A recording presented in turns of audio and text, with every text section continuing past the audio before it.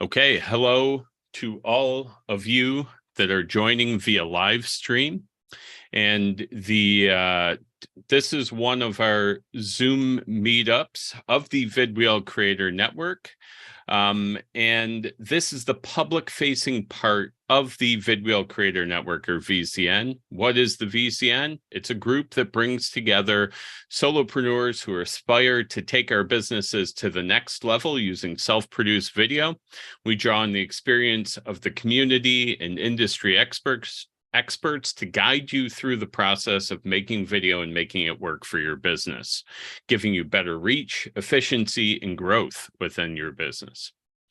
If you find the info that you're hearing today interesting, by all means, reach out to Karl. We're going to give you his contact info during this presentation.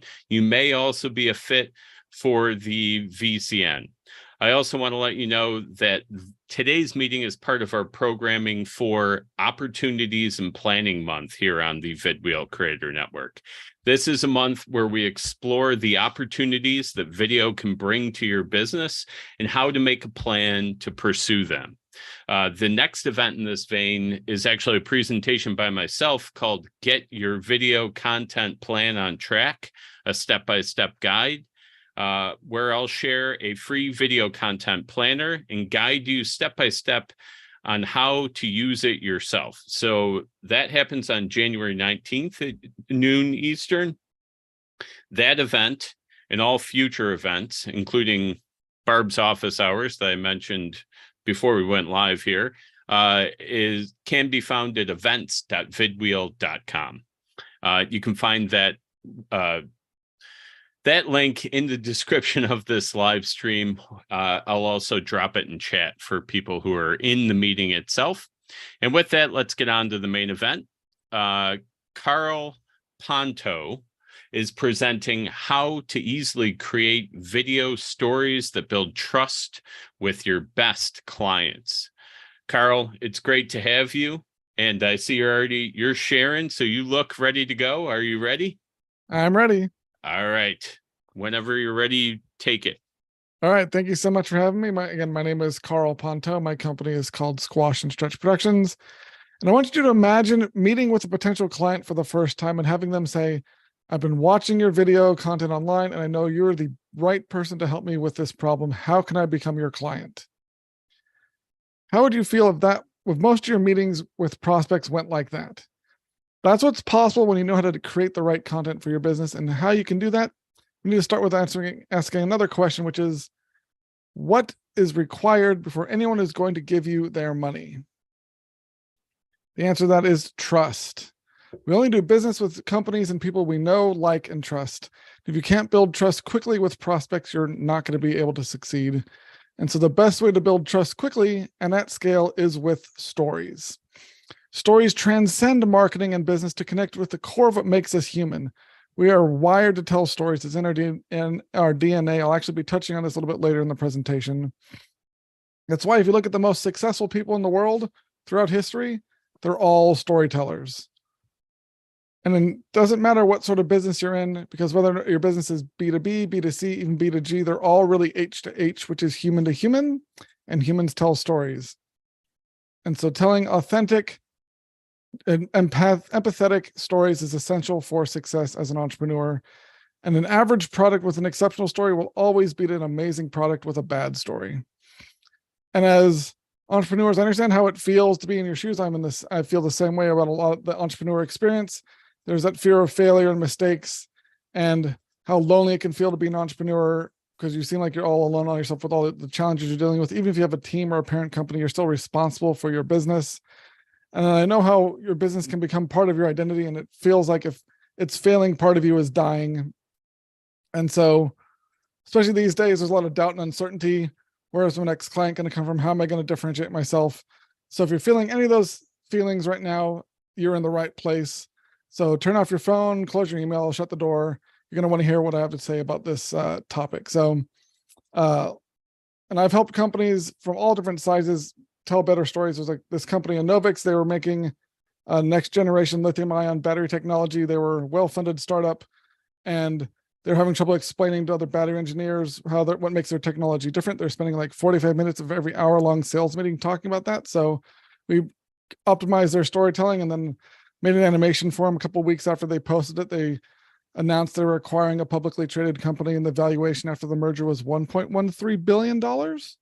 And they got a $750 million contract with the US Army to make batteries for all the wearable tech that soldiers use. So they're doing really well now.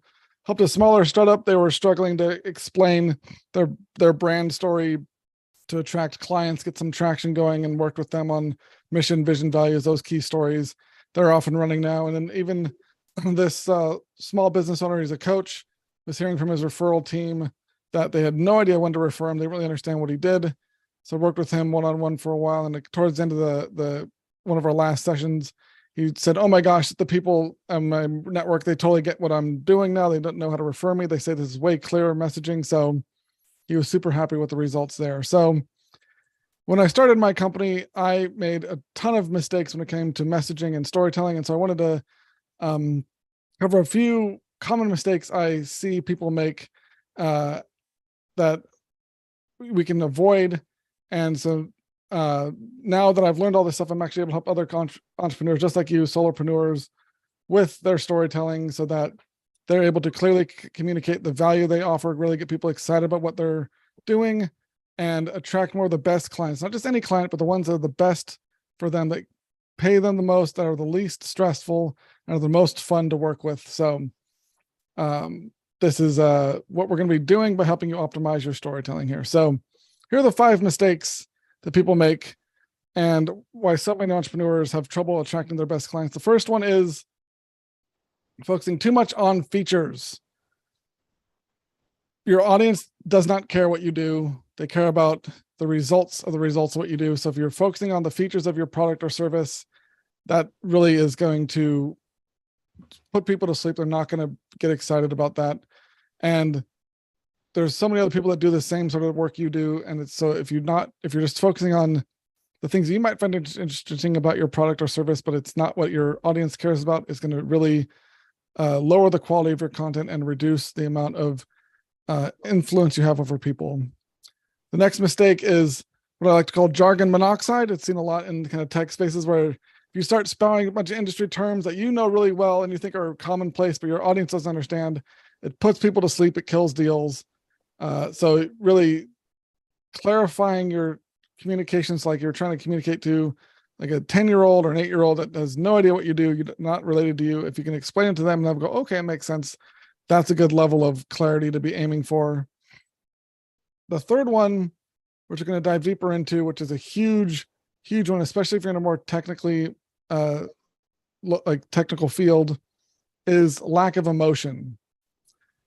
As much as we like to think of ourselves as thinking beings that feel, humans are very much feeling beings that occasionally think, and we make all of our decisions using emotion.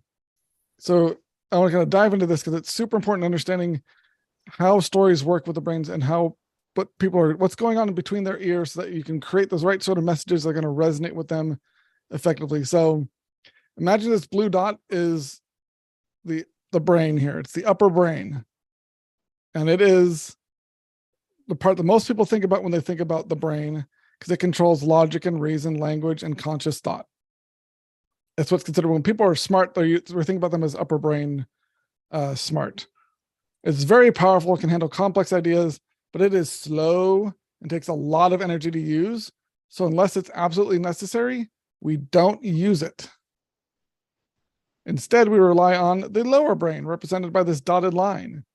The lower brain is in charge of things like emotions, survival, biases, and unconscious thought. It is like a guard dog. Its primary job is to keep you alive. So it is always scanning for threats. It is on all the time. If your lower brain shuts off, you are dead.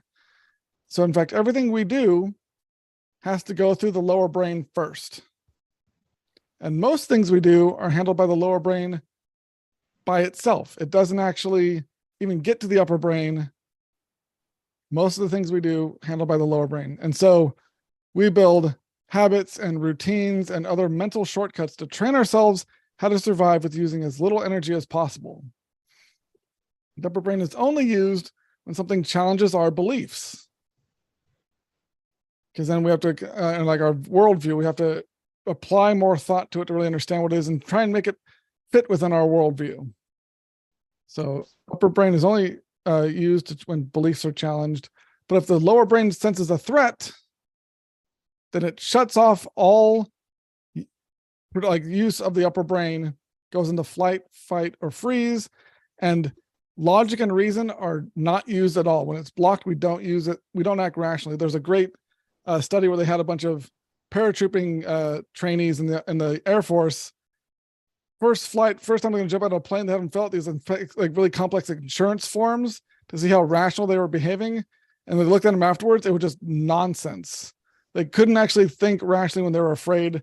The brain shuts that part off. So, and the lower brain senses threats when there often are none. Biases, stereotypes, change, people who are different can all trigger the lower brain to go into survival mode.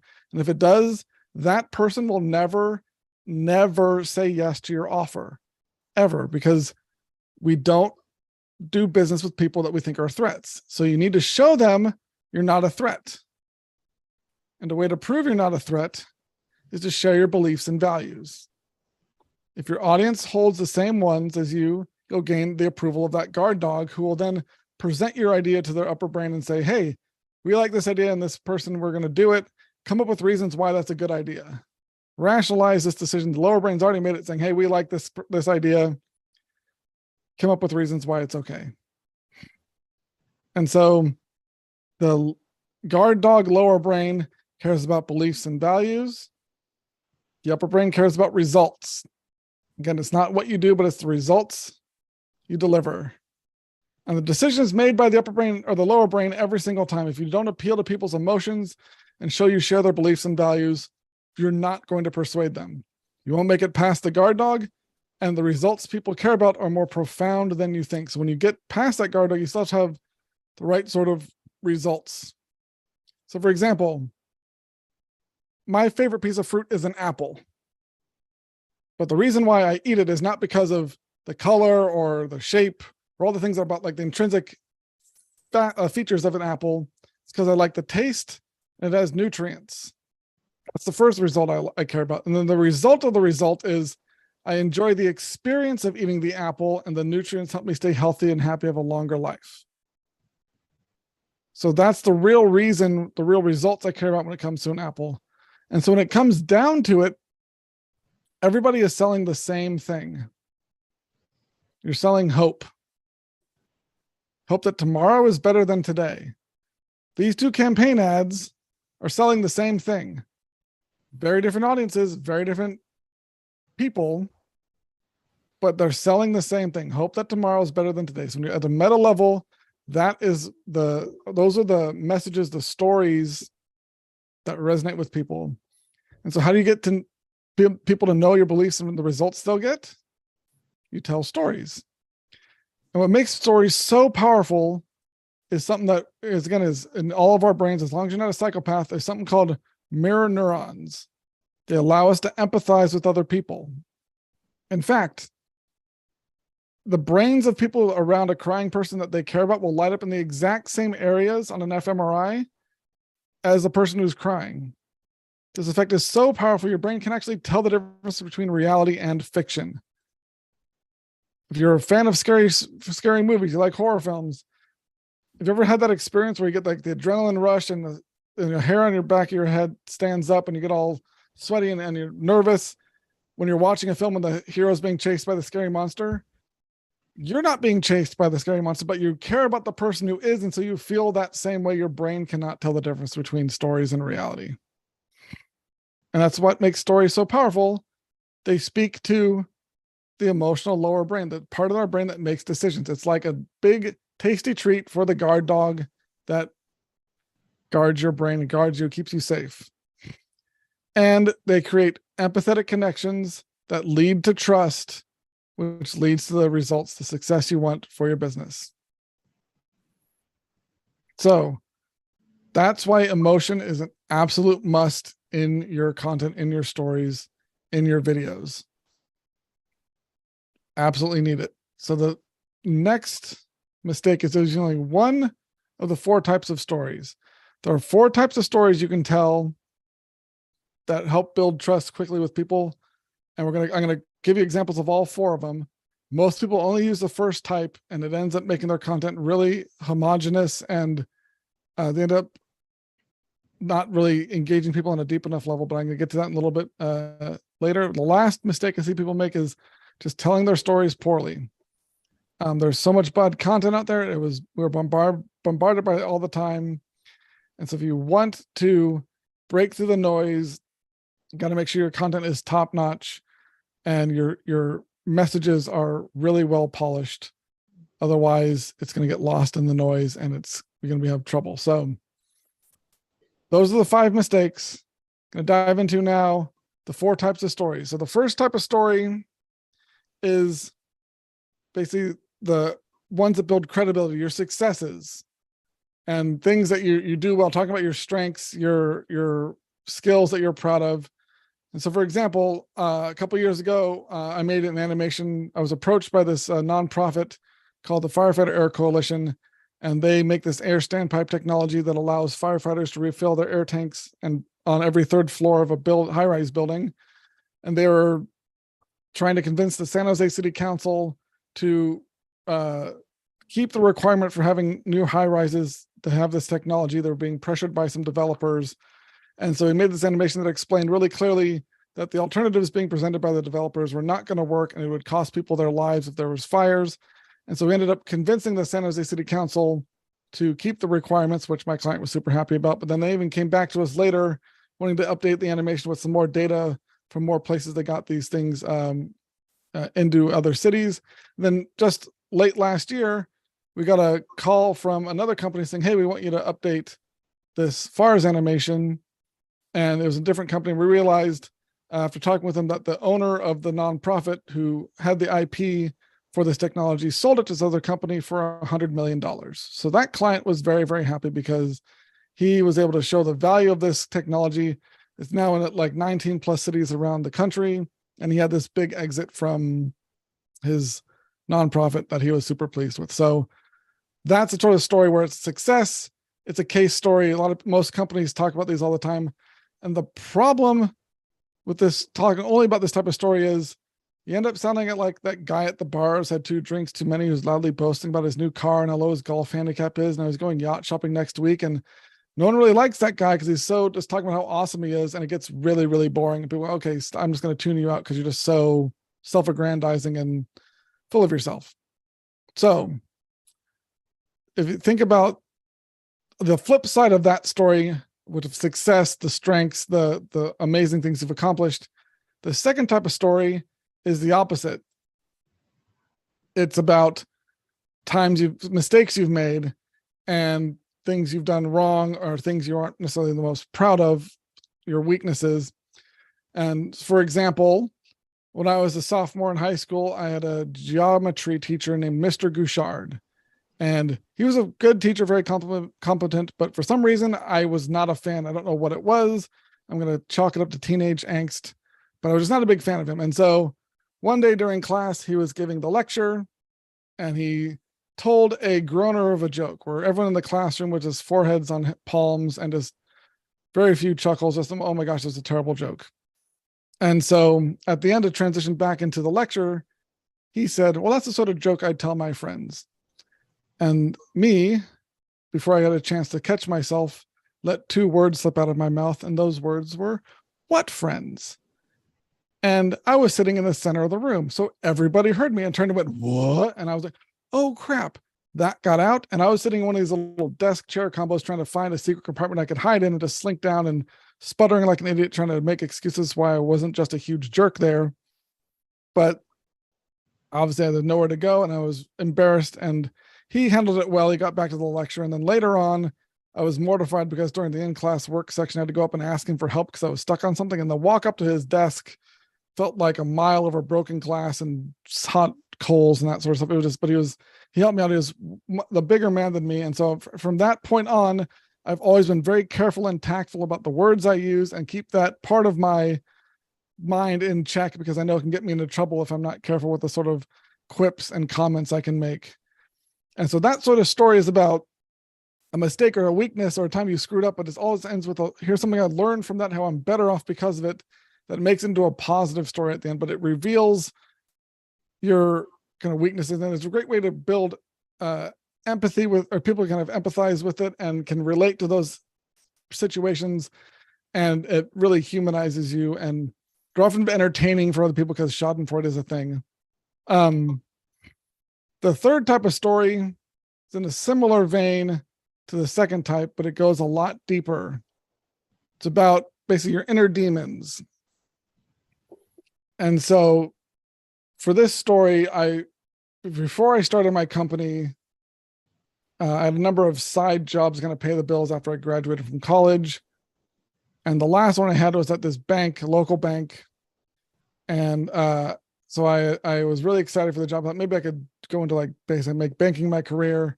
And so I started this job, and I very soon realized I was not very good at it. And it was not a good fit for my skills. And I didn't have the right mindset. And so not too long after I started, I got the boss called me into his office, and she said, you can either quit or we're going to fire you, but you can't work here anymore. And I was devastated.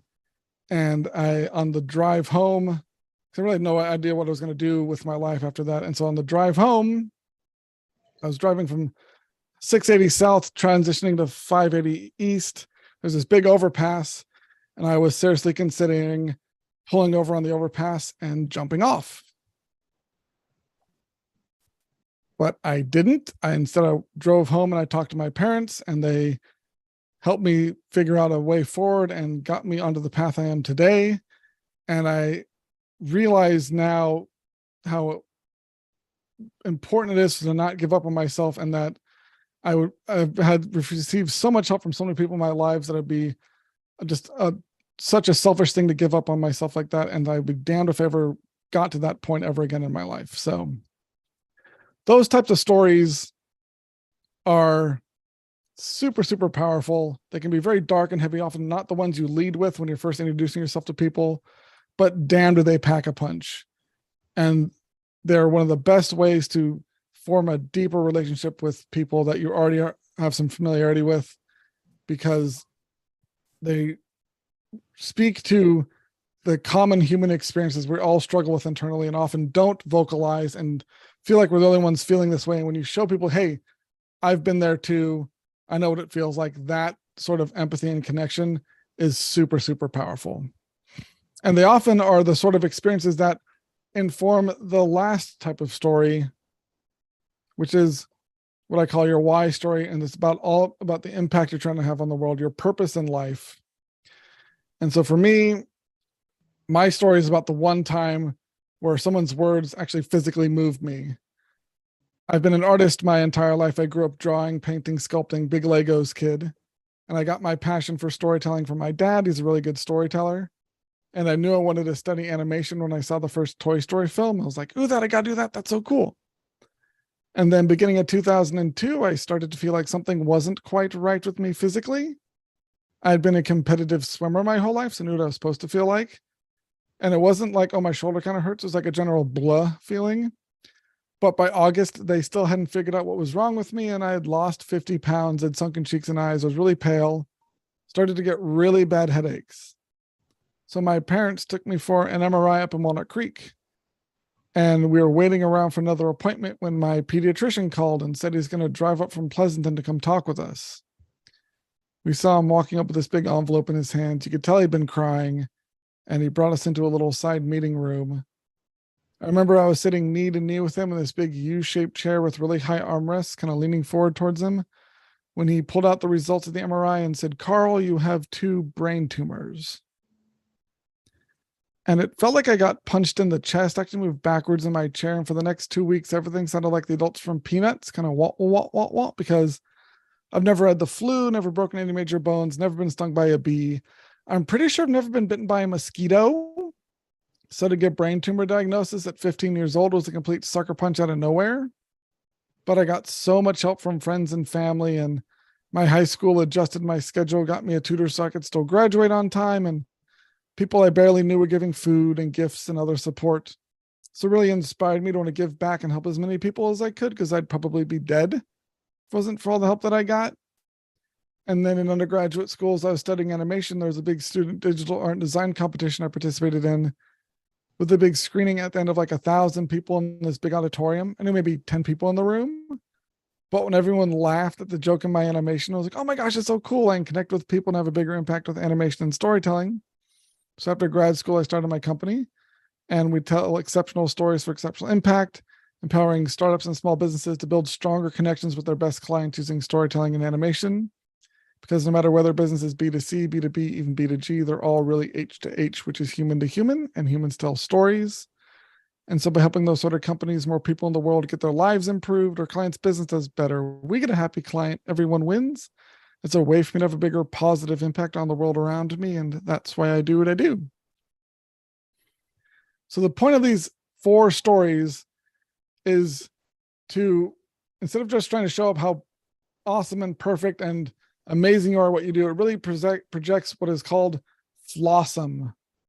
You're amazing at what you do, you're awesome, but you also have the flaws and inner demons and make mistakes like every other human being. You worry about your kid's future, making house payments, and your mother's health. And when being this vulnerable, don't worry if not everyone resonates with your stories. Not everyone will. And those people you don't care about that, because those people aren't the best people for you to be connecting with anyway. You want to connect with people that resonate with your stories. If they go, oh, wow, I've been through that too. Or, oh, no, I totally know what you went through. Or my friend had that experience. I totally get that. Those are the people that you'll know are the ones you should spend most of your time with. They're going to be your best clients, referral partners, vendors, friends. Those are the people you want in your life. And the ones that go, oh, that's nice. You're going to go, okay, well, don't really need to spend more time on this person. So what I've given you here is the blueprint. And you have 2 options. You can either go ahead and try to figure this stuff out on your own, if you can, or you want to work with me. I work with purpose-driven entrepreneurs who want to at least 2x their business's revenue and create deeper connections with their best clients, even if they already have a marketing team, using my signature coaching programs that blend storytelling with behavioral science. I'm going to have Neil put a link in the chat. I have a survey, a little quiz thing here that'll help you figure out where the best content is from my library that's best for you. So if you check it out there in the chat, and it takes only like 90 seconds to fill out the survey, and you'll get links to customize reports with information to help you take the next step with telling better stories and advancing your business by creating better content. So thank you so much for having me present. Any questions? Yeah, thank you very much, Karl. Usually for questions, if anybody has one, feel free to pop it in the chat within the meeting here, or you can just speak up. You can use the little hand raise function in Zoom, whatever you like. And if nobody has questions, I always put a few together during the presentation. So anyone? Okay, I'm gonna, wait, Craig's got one. Go for it. Oh, hey, Karl, thanks for the presentation. Some pretty good information in there. Thanks. Yeah, I've always heard, you got to be telling stories, and, you break it down pretty good. But the challenge I've always had is how do I work a story in a conversation, or how do I start, and how do I make sure that the point of the story is going to be aligned with what either the client wants or what I'm wanting the client to do? That's a great question. It's definitely, there's no one size fits all answer, but I think one of the things I've found that helps is ask them if you can tell them a story. Just straight up ask them. And if it helps if earlier on, if you mentioned you want to make sure it's the right fit for what the person across me is looking for. I use something when I'm talking with people where once they tell me something, I'll try and mirror back what they said to make sure I understand what they're coming from and what their perspective is. So that way I know I have a better sense of where they really are coming from, so I can select the right story to tell them.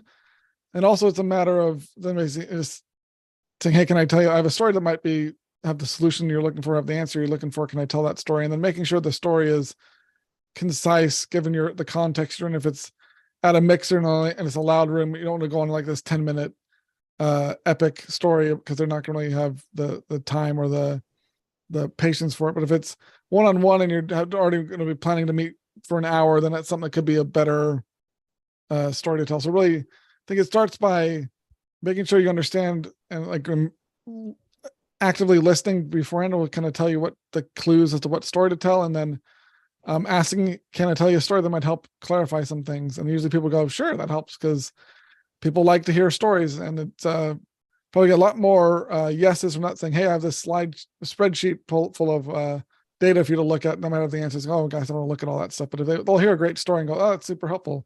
So just ask if they can tell a story, and usually they'll say yes. Okay, thank you, Karl.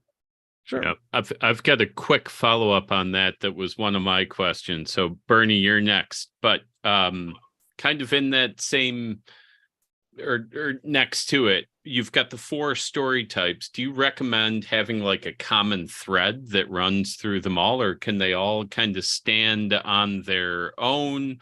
Or, is there any benefit, I guess, to tying them together? Sure. So that's a great question. Do the 4 stories, 4 story types, what's the common thread? Well, the common thread is you. It's usually your life, your experiences. And so it's really showing people the depths and the details of your character.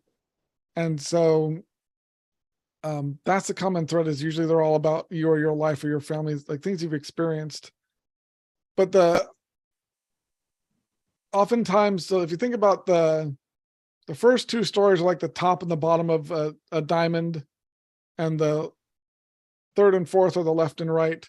They kind of reflect back at each other. So if you want to talk about, well, here's why I'm so good at this, is because I made this mistake earlier and learned from it. That's kind of like the first and second stories play off each other there. And I like I said, I encourage, when you're telling the second type of story about the mistakes, always end it with, and here's something I learned which makes me better, which kind of turns it into a first type of story, but it's not as braggadocious as the first type is. And then for the third and fourth one, if you want to talk about why you're so passionate and driven to do like your greater purpose in life, talk about some of the inner demons you have that are really what keep you motivated to and what you're afraid of that keeps you working every day to make the impact. Because it's not just the lofty positive purpose you want to have that keeps you going on the daily grind that entrepreneurship is. What really gets you out there and motivates you to put the work in every day are the inner demons, the fears, the anxieties, that if you don't do this thing, some bad thing's going to happen, or you won't live up to your purpose, or you won't.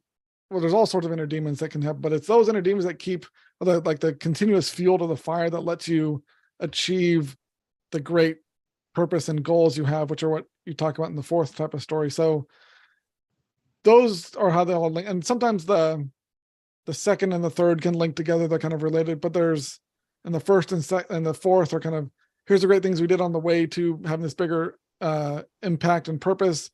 Here's some of the wins we've had. So there's ways of mixing together. So they're all, it's like a Venn diagram where they all kind of overlap and mix together in some ways. Excellent. Very, well Bernie, said there. Yeah, Bernie's got a question. Practice it for either video or in person. I mean, how do you rehearse the story? Yeah, well, is it something you just keep practicing on your family till they go look at you and stop being cross-eyed, and then you go into life game, or? So I mean, I rarely will dive into a story without prompting people. First, say I have a story, I want to tell this, and I usually say yes if I'm networking with or talking with a potential client. And so yeah, you can rehearse your stories a lot on your own, just practicing them in front of like a camera or a mirror, depending on what sort of, if you're going to be making videos, practice them in the sort of context of how you're making videos. For me, I've told the why story so many times that my mind can start to wander it, because it's like a muscle memory for me.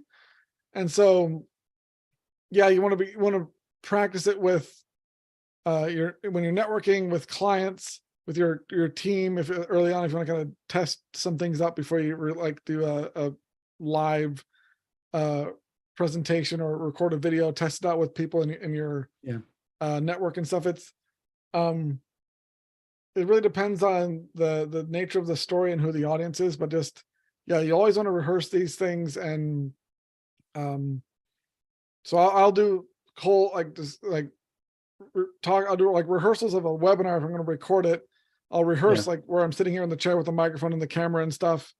And then if I'm doing a presentation, I'll rehearse it where I'm standing up like I'm on stage kind of thing. Well, back when I did more of those before the pandemic. So it really just depends on the context you're going to be performing the story, and making your rehearsals as close to the actual environment you're going to be presenting will help build the muscle memory. So when you're in the zone, your body just kind of, oh, I know what we're doing. We can go through all the motions for telling the story and have it be more confident and authentic, rather than be something you can tell you like you're reading off a script or that sort of thing. So, and our visual stories are better.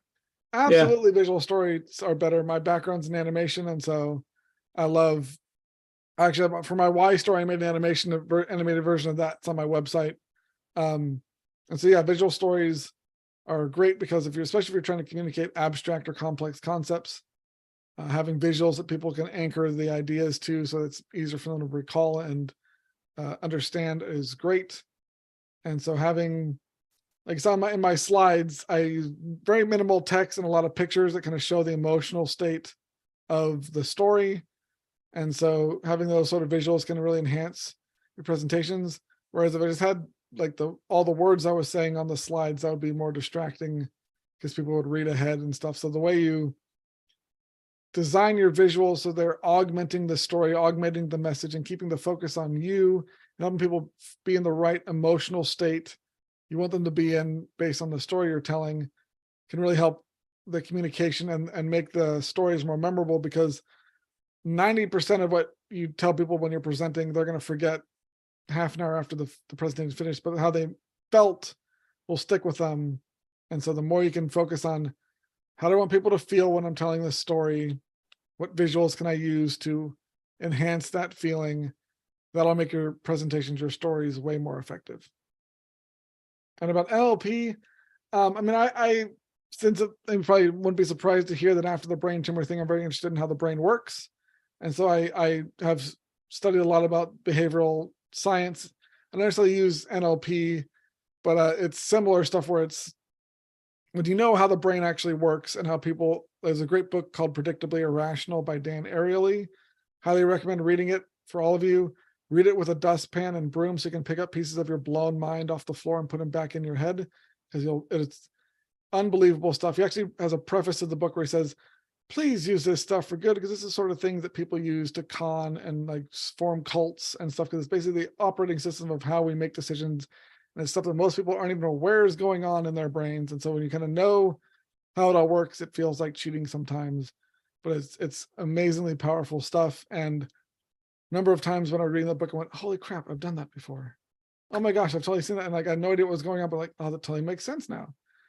And the main takeaway is that we, like I said earlier, we don't behave logically. We behave using emotions, but there's still systems to it. There's still, so you know how it works, then you can still design your messaging, your strategies, your tactics to have predictable results, but it's not the logical, reasoned upper brain making the decisions. It's the other way around. So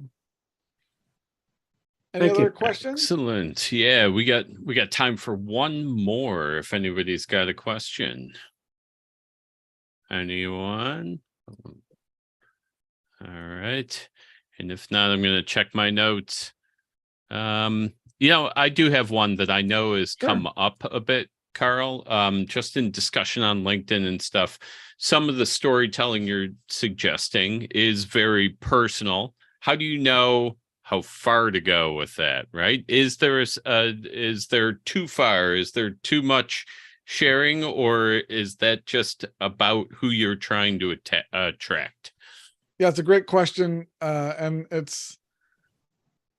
you definitely want to consider your audience and the context of the industry you're in and the sort of people you're trying to attract. Some people are more, they want to be like, they're relationship driven. They want to connect with people and get to know them on a more personal level. Some people don't really care as much about that. They still need to know some of these things, but it's not the primary, it's not as strong of a need for them. So if you know, one of the biggest pieces of tips for creating content is knowing what are the results you want people to get from the content, or what are the results you want, and who's the audience and what do you need to communicate to them to get that result from them. Then you know what to say. So if you know I'm reaching out to people who have never heard from me before, it's a cold outreach, or it's like a LinkedIn post, starting with some of the first and second stories, and the fourth story is great. If you're just meeting for someone for the first time, you go in there and start telling a bunch of type 3 stories, they're going to, oh my gosh, you're just like exposing way too much, or kind of going way too dark and heavy. But if you've known someone for a while and they're getting closer to maybe wanting to potentially being a client, and then you want to really build that trust quickly, or make them get them to be a referral partner sort of thing, and really going to connect on a deeper level, then the 3s and 4s are really going to be powerful stories to share. But it takes vulnerability to form any sort of worthwhile relationship with people. I'm a huge fan of Brene Brown and all her work. And so if you open up first to someone, tell a type 3 story, then they're going to be much more likely to want to reciprocate, and it can really help. It's worth leaning into that discomfort and putting yourself out there. You don't want to be all those same types of stories, but a good mix of all 4 types is going to really help people get a good sense of who you are as a person. And that overall builds the trust and familiarity and the relationships that you want with the sort of people that are going to be your best clients. Yeah, Greg, go ahead. Oh, sorry. I was just saying, I just wrote a note. I've got to bail. I got to prep for another meeting in 3 minutes. So thank you all. Yep. It's been great. Happy New Year's to all. And is there a recording of this, Neil? Yes, yeah, there is a recording, so it's out on live stream. You'll get it in an email form as well. All right. Yeah, perfect. Okay, great. So, thanks, guys. Have a great day. Bye-bye. Yeah, thank you. And I'll go ahead and shut down or do these closing notes. I want to thank everybody who joined us via live stream and everybody who joined us in meeting here. Don't miss out on our next Zoom meetup when I present Get Your Video Content Plan on Track, a step-by-step guide that happens on January 19th at noon Eastern. That event and all future events can be found at events.vidwheel.com. Create confidently. I'm going to